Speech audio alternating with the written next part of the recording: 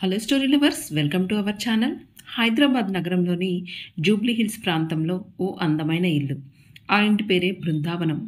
ఎటువంటి అరమరికలు లేని మమతలకు మారుపేరైన ఆ బృందావనంలో ఇంటి పెద్ద పరందామయ్య గారికి భార్య, ముగ్గురు కొడుకులు, కోడళ్ళు, ఒక కూతురు, అల్లుడు, మనవలు, మనవరాళ్లతో ఇల్లంతా ఎప్పుడూ కళకళలాడుతూ ఉంటుంది. అత్తగారు విజయలక్ష్మి గారు ఉదయాన్నే లేచి పూజ చేస్తుండగా గుడిలో కౌసల్య, సుప్రజ, రామ అంటూ సుప్రభాతం వినిపిస్తుంది. పెద్ద కోడలు ధరణి చేసిన టిఫిన్ను రెండో కోడలు రమ్య డైనింగ్ టేబుల్ మీద సర్దుతూ ఉంటుంది. ఇక మూడో కోడలు కావ్య ఇంట్లో ఉన్న పిల్లలందరినీ స్కూల్కి రెడీ చేస్తూ ఉంటుంది. అత్తగారు విజయలక్ష్మి గారు పూజ ముగించుకొని గంట కొడుతూ హారతిస్తుండగా అందరూ రెడీ అయ్యి హాల్లోకి వస్తారు. ముందుగా విజయలక్ష్మి గారు పరందామయ్య గారి వద్దకు వచ్చి హారతి తీసుకోమని చెప్పి ఆయన దగ్గర ఆశీర్వాదం తీసుకుంటారు. నువ్వు నిండు నూరేళ్లు హాయిగా నవ్వుతూ తిరుగుతూ ఎప్పుడూ మమ్మల్ని ఇలాగే బాగా చూసుకుంటూ ఉండాలి అంటూ ఆశీర్వదిస్తారు. విజయలక్ష్మి గారు నవ్వుకుంటూ పెద్ద కోడలు కొడుకు వద్దకు వెళ్ళి హారతిచ్చి వారిని ఆశీర్వదిస్తారు. పెద్ద కొడుకు రాజేంద్ర హైకోర్టులో లాయరు. తర్వాత రెండో కొడుకు కోడలు దగ్గరికి వెళ్ళి హారతిచ్చి వారిని కూడా ఆశీర్వదిస్తారు. రెండో కొడుకు రఘు కాలేజీలో లెక్చరర్గా పనిచేస్తారు. ఇక మూడో కొడుకు రాకేష్, కోడలు కావ్యకి కూడా హారతిచ్చాక ఇంతలో అల్లుడు చందు, కూతురు నీలిమ కూడా వచ్చి హారతి తీసుకుంటారు. మూడో కొడుకు రాకేష్, అల్లుడు చందు ఇద్దరూ కలిసి బిజినెస్ చేసుకుంటూ ఉంటారు. కూతురు నీలిమ, ముగ్గురు కోడళ్ళు ఇంట్లోనే ఉండి పనులు చేసుకుంటూ ఉంటారు. కొడుకులు కోడళ్ళని ఆశీర్వదించాక ఆఖర్న పిల్లలకి విజయలక్ష్మి గారే హారతి కళ్ళకద్దుతూ తన పెద్ద మనవడు శశాంక్ ఇంట్లో కనిపించకపోవడంతో ధర, శశి ఎక్కడా కనిపించట్లేదు అంటుంది పెద్ద కోడలితో. పొద్దున్నే ఆఫీస్ వర్క్ ఉందని హడావుడిగా పాలు తాగేసి వెళ్ళిపోయాడత్తయ్య అంటుంది ధరణి. నీకెన్నిసార్లు చెప్పాలి ధర, వాడు ఎంత తొందరగా వెళ్ళినా కూడా వాడికి ఏమైనా పెట్టి పంపించమని. బయట ఏవేవో తిండ్లు తింటే వాడి ఆరోగ్యం ఏమవుతుంది అని అంటుండగా, అబ్బా విజయ, వాడు హడావుడిగా వెళ్తుంటే పాపం కోడలు మాత్రం ఏం చేస్తుంది చెప్పు అంటారు పరందామయ్య గారు. వయసులో ఉన్న కుర్రాడికి ఉరుకులు పరుగులు సహజమండి. మనమే దగ్గరుండి అన్నీ చూసుకోవాలి. అలా వదిలేస్తే ఎలా అంటుంది కాస్త అసహనంగా. నాన్న, కోర్టులో జడ్జి గారితోనైనా వాదించగలం, కానీ అమ్మతో వాదించడం చాలా కష్టం అంటూ నవ్వుతారు రాజేంద్ర. దాంతో పరందామయ్య గారు కూడా నవ్వుకుంటూ లోపలికి వెళ్ళిపోతారు. మీ మీద నాకు ఎంత బాధ్యత ఉందో మీ పిల్లల మీద కూడా నాకు అంతే బాధ్యత ఉంది అని అత్తగారు అనగానే, లేదని ఎవరన్నారత్తయ్య, కన్నది నేనే అయినా వాళ్ళని పెంచి పెద్ద చేసింది మాత్రం మీరేగా అని నవ్వుతూ అంటుంది ధరణి. దాంతో విజయలక్ష్మి గారు కూడా నవ్వుతూ పిల్లలకి టిఫిన్ తినిపిస్తూ ఉంటారు. టిఫిన్స్ అయిపోయాక స్కూల్కి వెళ్ళేవాళ్ళు స్కూళ్ళకి, కాలేజీలకు వెళ్ళేవాళ్ళు కాలేజీలకి వెళ్ళిపోతారు. తర్వాత కోడళ్లతో పాటు అత్తగారు కూడా కలిసి కూర్చొని టిఫిన్స్ చేస్తారు. ఇక పొద్దున్నే హడావుడిగా వెళ్ళిన శశాంక్ వెంకటేశ్వర స్వామి గుడి ముందు ప్రత్యక్షమవుతాడు. ఎవరికోసమో ఎదురు చూపులు చూస్తూ పడిగాపులు కాస్తూ ఉంటాడు. తను ఎదురు చూసే అమ్మాయి రానే వచ్చింది. ఏయ్, మీ హీరో ఏంటే ఎంత ఫాస్ట్గా ఉన్నాడు అంటుంది శాన్వి ఫ్రెండ్ సహస్ర. చంపుతా, హీరో ఏంటే హీరో, పొద్దున్నే ఏ పని పాట లేని వాళ్ళందరూ ఇలాగే వస్తుంటారు అని కసురుకుంటుంది శాన్వి శశాంక్కి వినపడేలాగా. అయినా కూడా శశాంక్ అవేమీ పట్టించుకోకుండా తన వెనకే శాన్వి శాన్వి అనుకుంటూ వెళ్తాడు. శాన్వి, శశాంక్ ఇద్దరూ ఆఫీస్ కొలీగ్స్. జాయిన్ అయిన మొదటి రోజే శాన్వి ప్రేమలో పడిపోయాడు శశాంక్. అతని వ్యక్తిత్వం నచ్చడంతో శాన్వి కూడా కాస్త చనువుగా ఉండేది. అయితే శాన్వికి తను అనాథ కాబట్టి తను కూడా ఒక అనాథను మాత్రమే పెళ్లి చేసుకోవాలి అనే కండిషన్ పెట్టుకుంటుంది. శశాంక్ ఒక మంచి రోజు చూసి ప్రపోజ్ చేశాడు శాన్వికి.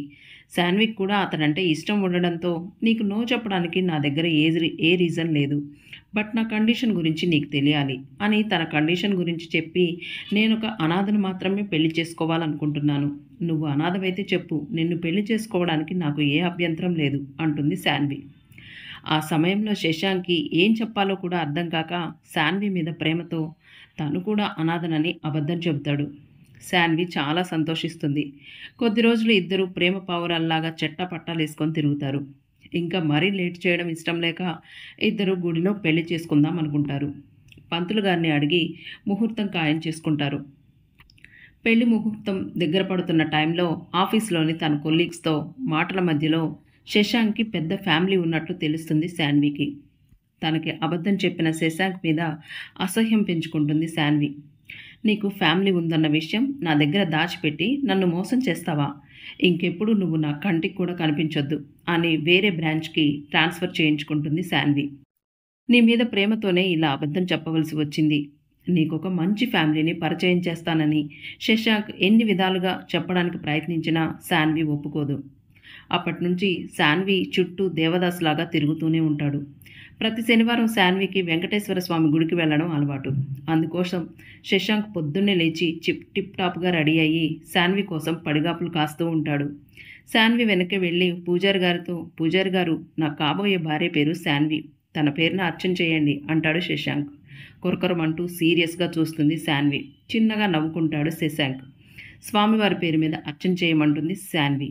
స్వామి, ఈ ప్రపంచంలో నాకంటూ ఉన్నది నేనొక్కదాన్నే.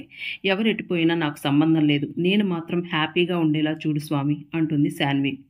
సహస్ర శాన్వి వైపు ఆశ్చర్యంగా చూస్తుంది. శశాంక్ నవ్వుకుంటూ శాన్వి పక్కకు వచ్చి నా మనసులో ఉన్న వాళ్ళ కోరిక తీరేలా చూడు స్వామి అంటాడు శశాంక్.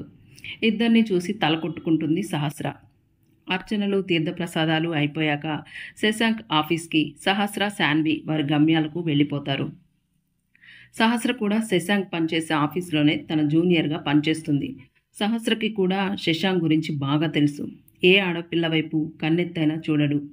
చాలా డీసెంట్గా బిహేవ్ చేస్తాడు. అతనికి నో చెప్పడానికి ఏ ఆడపిల్ల ఒప్పుకోదు.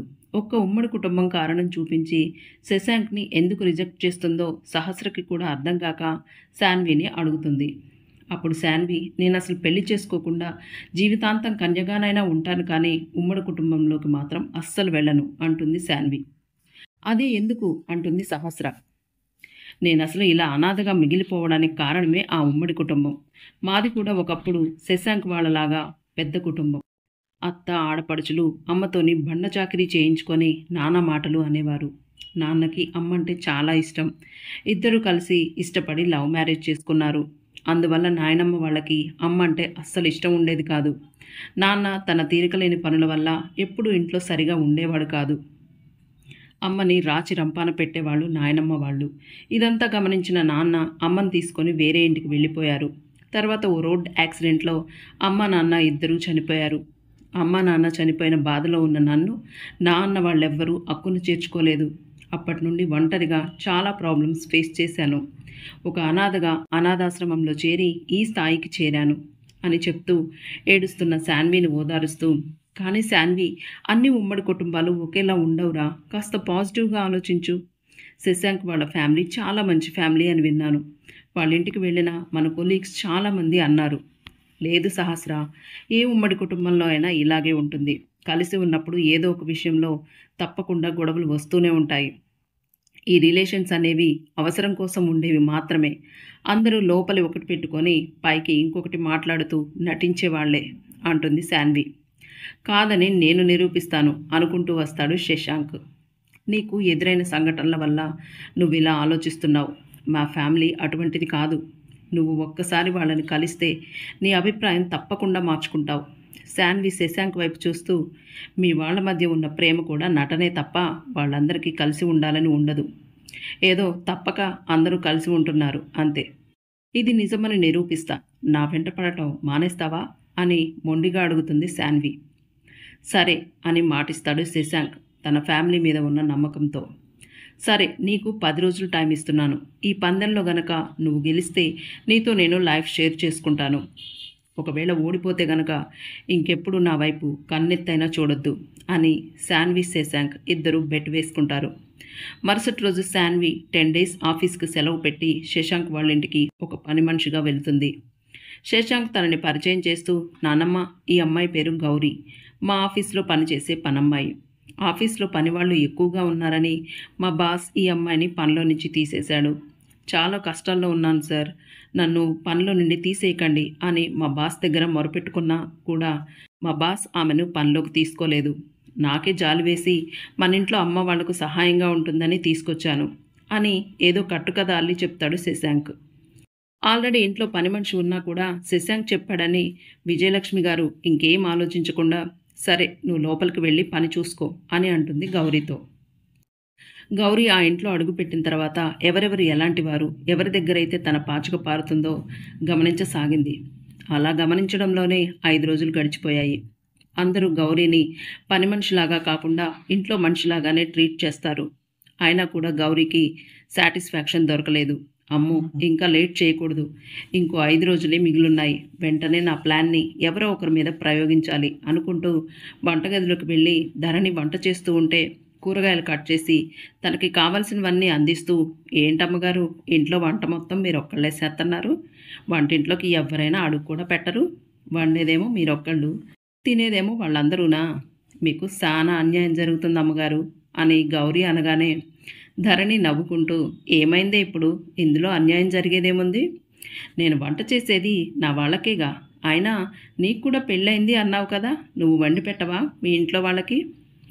మా ఇంట్లో నేను మా మామ తప్ప ఎవ్వరూ ఉండరమ్మా, నేను మా మామ ఇద్దరం అనాథలమే.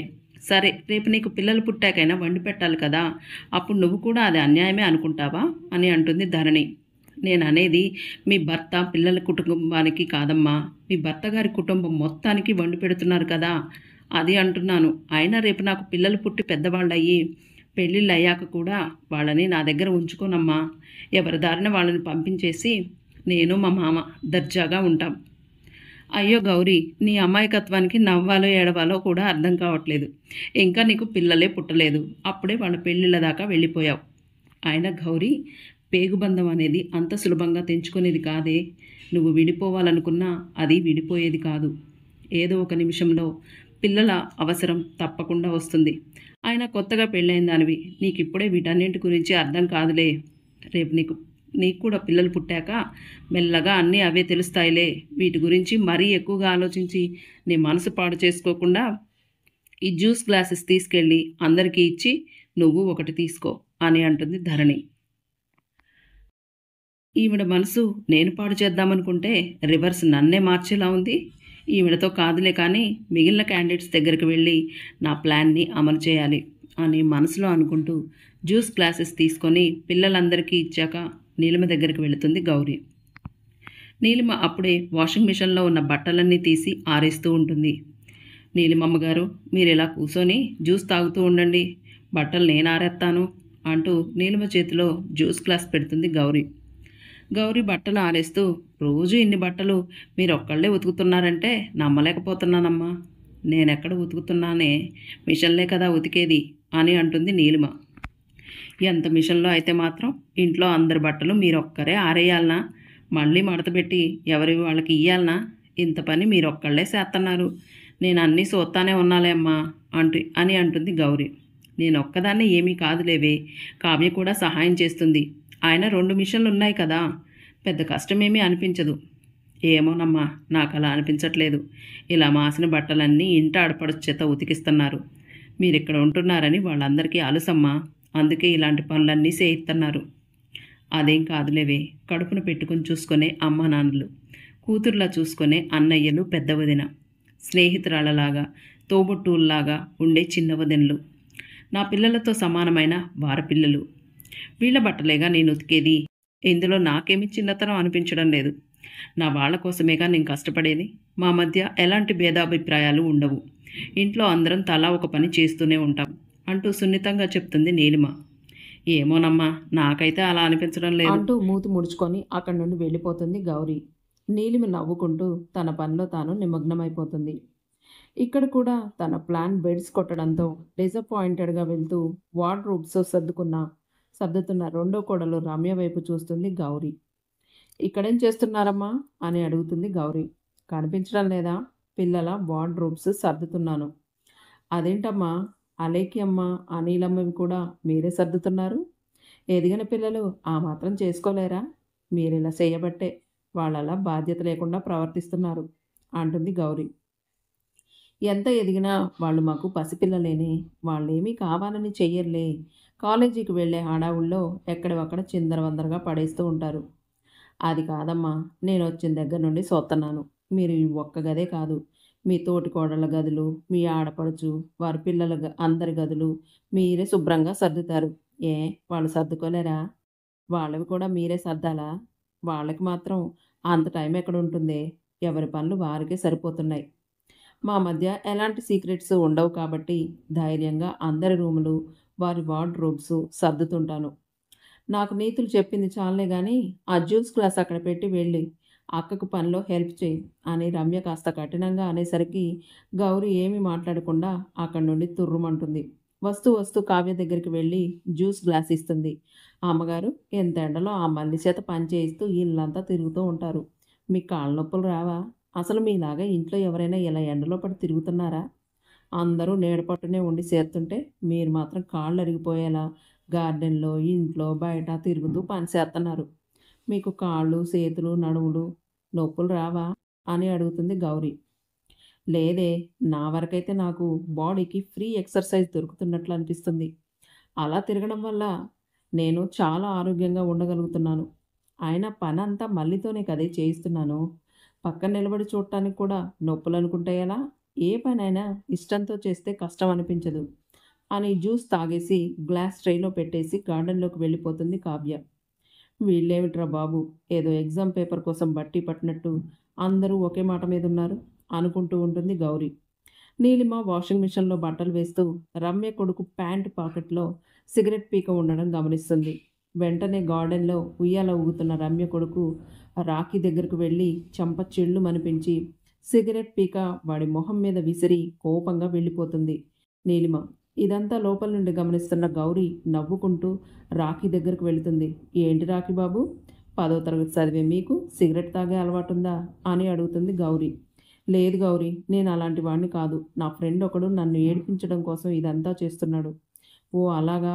చూసారా రాఖీ బాబు, మీ అత్తమ్మ పద్ధతి. ముందు వెనక ఆలోచించకుండా ఎలా కొట్టేసి వెళ్ళిపోయిందో. అసలు మీరు సిగరెట్ తాగుతారో లేదో కూడా తెలుసుకునే ప్రయత్నం కూడా చేయలేదు. అదే మీ అమ్మగారైతే ఇలా చేసేవారా? ఒకవేళ తప్పు చేస్తే సర్ది చెప్పాలి గాని ఇలా కొడతారా? తన పిల్లలనైతే ఇలాగే కొడతారా? అని రాఖీ మనసు విరిచే ప్రయత్నం చేస్తుంది గౌరీ. ఇందులో అత్త చేసిన తప్పేముంది? నేను తప్పు చేస్తున్నానేమోనని నా తల్లి స్థానంలో నిలబడి నన్ను దండించి వెళ్ళింది. కొన్ని కొన్ని విషయాలు మాటలతో చెప్తే అర్థం కావని అత్తకు బాగా తెలుసు. అందుకే నన్ను కొట్టింది. ఆ అధికారం, స్వేచ్ఛ ఆమెకు ఎప్పుడూ ఉంటాయి అని గౌరీ వైపు కోపంగా చూసి వెళ్ళిపోతాడు రాఖీ. ఇదేం ఫ్యామిలీ అసలు, నేనెక్కడా చూడలేదు. చిన్న పెద్ద తేడా లేకుండా అందరూ రిహార్సల్స్ చేస్తున్నట్టు ఒకే మాట చెప్తున్నారు అని గార్డెన్లోకి చూస్తూ ఆలోచిస్తూ ఉంటుంది గౌరీ. అప్పుడే ఆఫీస్ నుండి వచ్చిన శశాంక్ ఇదంతా చూస్తూ గౌరీ దగ్గరకు వస్తాడు. ఏంటి మేడం, ఈ ప్లాన్ కూడా బెడిసి కొట్టిందా? మీకింకా ఒక్కరోజే టైం ఉంది. ఈసారి కాస్త పెద్ద ప్లాన్ రెడీ చేసి పెట్టుకోండి అని అంటాడు శశాంక్. శశాంక్ వైపు కోపంగా చూసి లోపలికి వెళ్ళిపోతుంది గౌరీ. ఎందుకో శాన్వికి ఒకసారి సహస్రతో మాట్లాడాలనిపించి కావ్య దగ్గరికి వెళ్ళి, అమ్మగారు, మా మావతో ఓ ముఖ్యమైన విషయం మాట్లాడాలి, ఫోన్ ఎత్తారా? ఏంటే అంత ముఖ్యమైన విషయం అని అడుగుతుంది కావ్య. ఏదో ఉందిలేండి అమ్మగారు, ఒకసారి ఫోన్ ఇవ్వండి. సరే సరే ఇస్తానుండు అని ఫోన్ తీసుకొచ్చి గౌరీ చేతికిస్తుంది కావ్య. ఎవరూ చూడకుండా మేడపైకెక్కి సహస్రకి ఫోన్ చేస్తుంది గౌరీ. హలో సహస్ర, నేను శాన్విని. హేయ్ శాన్వి, ఎలా ఉంది నీ గౌరీ వేషం? అంతా ఓకేనా? బెట్లో గెలుస్తావా అని అడుగుతుంది సహస్ర. ఏం గెలవడమో ఏంటోనే, మరి వీళ్ళు ఇంత మంచి మనుషులేంటే బాబు. ఈ కాలంలో కూడా ఇలా ఉన్నారు అంటే నమ్మలేకపోతున్నాను. చిన్నప్పుడు ఎప్పుడో చదువుకున్నాను, బృందావనంలో ఉండే ప్రజలంతా ఏ కల్మషం లేకుండా నీతి నియమాలతో ఉండేవారని. ఇప్పుడు ఈ బృందావనంలో చూస్తుంటే కూడా అచ్చు అలాగే అనిపిస్తుందే. వీరి ప్రేమ, దయ, జాలి, కోపం అర్థం చేసుకునే మనస్తత్వాలు రియల్లీ అమేజింగ్ తెలుసా అని అంటుంది శాన్వి. ఓ అయితే ఇంకెందుకు ఆలస్యం, వెంటనే శశాంక్తో తాళి కట్టించుకో మరి. అప్పుడేనా? రేపు ఇంకో టెస్ట్ ఉంది. ఆ టెస్ట్లో గనక పాస్ అయితే అప్పుడు చూద్దాంలే అంటుంది శాన్వి. అబ్బా ఇంకా ఏంటే నువ్వు నీ టెస్ట్లు. ఎవరూ లేని నీకు అన్ని రిలేషన్స్ వస్తున్నాయి అంటే అది నీ అదృష్టం అనుకోవాలి. టెక్స్ట్లు అవి ఇవి అనుకుంటూ నీ జీవితాన్ని నువ్వే చేతులా పాడు చేసుకోకు. ఇంత మంచి అవకాశం మళ్ళీ నీకు రాకపోవచ్చు. నేను చెప్పాల్సింది చెప్పాను, ఆ తర్వాత నీ ఇష్టం అంటూ ఫోన్ పెట్టేస్తుంది సహస్ర. సహస్ర మాటలతో శాన్వి కాస్త ఆలోచనలో పడుతుంది. కానీ పూర్తి సాటిస్ఫాక్షన్ మాత్రం రాలేదు. రేపు లాస్ట్ రోజు. నా ఆఖరి ప్లాన్‌ను రేపు అమలు చేస్తాను. దాన్ని బట్టి శశాంక్‌ను పెళ్లి చేసుకోవాలా వద్దా అనేది డిసైడ్ చేస్తాను. మరుసటి రోజు ఆదివారం కావడంతో అందరూ ఇంట్లోనే ఉన్నారు. ఆదివారం మధ్యాహ్నం అందరూ కలిసి భోజనం చేయాలన్నది విజయలక్ష్మి గారు పెట్టిన నియమం. అందరూ వచ్చి భోజనాలకు కూర్చుంటారు. ధరణి, రమ్య, కావ్య ముగ్గురు కలిసి భోజనాలు వడ్డిస్తూ ఉంటారు. గౌరి అక్కడక్కడే తిరుగుతూ ఏవో పనులు చేస్తూ ఉంటుంది. మొదటి ముద్ద నోట్లో పెట్టుకున్న శశాంక్ గౌరి వైపు కోపంగా చూస్తాడు. విజయలక్ష్మి గారు అన్నం ముద్ద నోట్లో పెట్టుకొని అందరి వైపు చూస్తుంటుంది. ఆవిడ కళ్ళతోనే ఏవో సైగలు చేసేసరికి చిన్న పెద్ద అంతా ఆవిడనే అనుసరిస్తారు. ఎటువంటి రియాక్షన్ ఇవ్వకుండా తింటున్న అందరినీ ఆశ్చర్యంగా చూస్తుంది గౌరి. కాసేపటికి తర్వాత అందరూ భోజనాలు ముగించేసి వెళ్ళిపోతారు. నీ ప్లాన్ మళ్ళీ ఫెయిల్ అంటూ తమ్ము కిందకు చూపిస్తూ సైగ చేశాడు శశాంక్. శాన్వి సీరియస్‌గా ఒక లుక్ ఇస్తుంది. విజయలక్ష్మి గారు వెళ్తూ వెళ్తూ మీ ముగ్గురు ఈ పూటకి పెరుగన్నం మాత్రమే తినండి అంటుంది. అత్తగారు అలా ఎందుకన్నారో వాళ్ళ ముగ్గురికి అర్థం కాలేదు. ముగ్గురు టేబుల్ క్లీన్ చేసి భోజనాలకు కూర్చుంటారు. అక్కలు ఎదురుగా చికెన్ పెట్టుకొని ఈ పెరుగన్నం తినడం నా వల్ల కాదు అంటుంది కావ్య. మిగిలిన ఇద్దరు నవ్వుకుంటారు. కావ్య చికెన్ తీసుకొని నోట్లో పెట్టుకోగానే విపరీతమైన కారం, ఉప్పు తగలడంతో అక్క కూర మొత్తం ఉప్పు, కారంతో నింపేశావు అని కంగారుగా చెప్తుంది కావ్య. అవునా? ఏది ఒకసారి చూడండి అని ఒక ముద్ద కలుపుకొని నోట్లో పెట్టుకుంటుంది ధరణి. అయ్యో! ఇంత కారం ఎలా వేశాను? అందరూ ఎలా తిన్నారో ఏమో! ఎప్పుడు చికెన్ అంటే ఎంతో ఇష్టంగా తినే పిల్లలు ఈరోజు కొద్దిగా తిన్నప్పుడైనా నాకు అనుమానం రాలేదు. పాపం పసిపిల్లలు ఎలా తిన్నారో ఏంటో అంటూ కళ్ళనీళ్లు పెట్టుకుంటారు ధరణి. ఊరుకో అక్క, అయ్యిందేదో అయిపోయింది. నువ్విలా బాధపడతావనే ఎవ్వరూ ఏమీ మాట్లాడకుండా తినేసి వెళ్ళిపోయారు. అత్తయ్య గారు కూడా అందుకే మనల్ని పెరుగన్నం మాత్రమే తినమన్నారు అని సర్దు చెప్తూ ఉంటారు రమ్య, కావ్య. నా వల్ల ఈరోజు ఎవ్వరూ సరిగా భోజనం కూడా చెయ్యలేదు అని బాధపడి తినకుండా వెళ్ళిపోతుంది ధరణి. అక్క తినలేదని మిగిలిన ఇద్దరు కూడా తినకుండా వెళ్ళిపోతారు. ఇదంతా చూస్తున్న గౌరికి తనకు తెలియకుండానే కళ్ళ వెంట నీళ్లొచ్చేస్తాయి. అందరి కడుపు నింపే ధరణి గారు అలా భోజనం మానేసి ఆకలి చంపుకొని వెళ్ళిపోతుంటే బాధగా అనిపిస్తుంది గౌరికి. కనీసం ఆ పిల్లలు కూడా ఒక్క మాట కూడా మాట్లాడకుండా తినడం గౌరిని ఆశ్చర్యానికి గురిచేసింది. అక్కడి నుంచి ఆవేదనగా వెళ్ళిపోతుంది గౌరి. మరుసటి రోజు సిటీ ఔట్‌స్కట్స్‌లో ఎత్తైన స్థలంలో నిలబడి సిటీని చూస్తుంటుంది శాన్వి. కాసేపటికి అక్కడికి వస్తాడు శశాంక్. సిటీ వైపు చూస్తూ నేను సిటీ వైపు చూస్తూ నేను బెట్‌లో ఓడిపోయాను. కాబట్టి నేను నిన్ను పెళ్లి చేసుకోవాలి కదా! అంటుంది శాన్వి. నువ్వు బెట్‌లో ఓడిపోయినందుకు నీకిష్టం లేకుండా నువ్వు నన్ను పెళ్లి చేసుకోవాల్సిన అవసరం లేదు. నీకు నువ్వుగా పూర్తి ఇష్టంతో వచ్చినప్పుడే నేను నిన్ను పెళ్లి చేసుకుంటాను అంటాడు శశాంక్. అసలు నువ్వు నా జీవితంలోకి ఎందుకొచ్చావు? ఆ అనాథని అని అబద్ధం చెప్పి ఆకాశమంత ప్రేమని ఎందుకు పంచావు? మళ్ళీ బెట్ పేరుతో నీ కుటుంబానికి నన్ను ఎందుకు దగ్గర చేశావు? అంటూ శశాంక్ కాలర్ పట్టుకుని ఏడుస్తూ అడుగుతుంది. ఆమె బాధ తీరేదాకా ఏడ్చి శశాంక్ కౌగిట్లో ఒదిగిపోతుంది. అతడి కౌగిట్లోని భరోసాకు మనసు స్థిమితపడి అతని చుట్టూ చేతులు బిగుస్తుంది. కాసేపటి తర్వాత శశాంక్‌ను వదిలి అతడి కళ్ళల్లోకి చూస్తూ పనిమనిషిగా ఉన్న ఈ గౌరిని ఇంటి కోడలుగా అంగీకరిస్తారా? ఇంటి కోడలు అనగానే శశాంక్ కళ్ళు ఆనందంతో మెరిసిపోతాయి. ఆ ఆనందంతో ఆమెని ఎత్తుకొని గిరగిరా తిప్పేస్తాడు. శశాంక్ దించు, కళ్ళు తిరుగుతున్నాయి. శశాంక్ ప్లీజ్ అంటుంది శాన్వి. ఇప్పటికి నా బాధ నిన్ను కరిగించిందన్నమాట అంటూ తనని దించి ఆమె మొహాన్ని దోసిల్లోకి తీసుకొని అడుగుతాడు. నీ బాధ కాదు, మీ అమ్మగారి బాధ నన్ను కరిగించింది. ఈరోజు నా కారణంగా ఆమె కళ్ళల్లో నీళ్లు చూసి నన్ను నేను క్షమించుకోలేకపోయాను.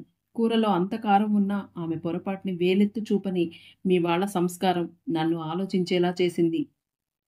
చిన్న పిల్లలు కూడా వాళ్ళ పెద్దమ్మ బాధపడకూడదని వాళ్ళ బాధను ఓదార్చుకున్న తీరు నన్ను కట్టిపడేసింది. కోడలు బాధపడకూడదు అని వాళ్ళని పెరుగన్నం మాత్రమే తినమని చెప్పిన మీ నానమ్మ శాసనం నన్ను, నా ఆలోచనలను తప్పని నిరూపించాయి. ఆవిడ నేర్పిన సంస్కారం నిజంగా చాలా గొప్పది. మీరందరూ ఆవిడ కాళ్ళకు నమస్కరిస్తుంటే మొదట్లో నాకు అస్సలు నచ్చేది కాదు. తరువాతే అర్థమైంది ఆవిడ ఆశీస్సులు మీతో ఉంటే మీరు ఏదైనా సాధించగలరని. ఆవిడ మీ తలపైన చేతిని పెట్టగానే ఆ చేతి స్పర్శలోని మాధుర్యం మీలో కొత్త ఉత్సాహాన్ని తెస్తుందని ఆలస్యంగా తెలుసుకున్నాను.